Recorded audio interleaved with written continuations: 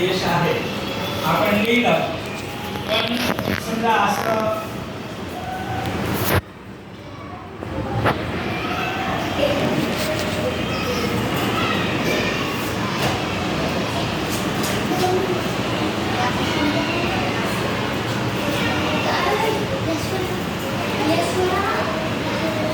हे बघा, भारत माझा देश आहे.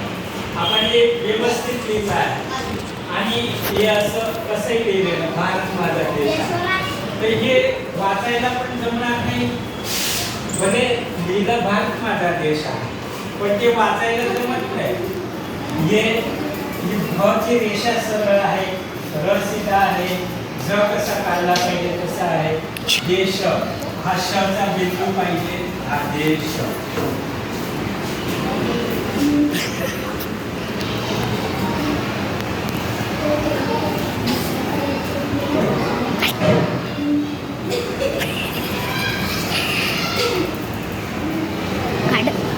भारत माझा देश आहे. बरं लक्ष देत आहे ना बाळांनो, हा भारत माझा देश आहे लिहिलेला आहे. ते कसं थोडं लक्ष देऊन लिहिलं गेलं आहे की कोणी समोरचा जो वाचणार आहे तो वाचेल तर त्याला कळेल का भारत माझा देश आहे.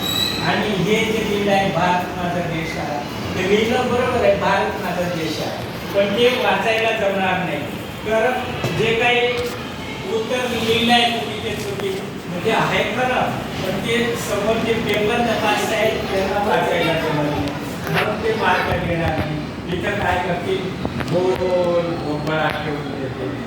तुम्ही खरे आहात तरी तुम्हाला उत्तर नाही भेटलं, पण मार्क नाही भेटले तुम्हाला.